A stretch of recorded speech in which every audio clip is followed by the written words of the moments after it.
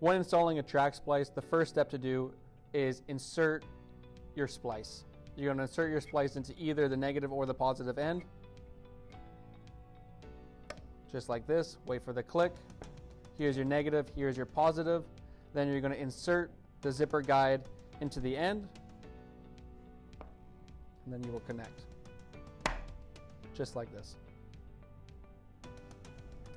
The reason you would use a splice is because of our shipping. Units that are 8 feet and less will be shipped FedEx. Units that are 8 feet or more will be shipped LTL. Therefore, a unit that is 8 feet with a width of 10 feet will receive a splice. A unit that is 10 feet high and 10 feet in width will not require a splice.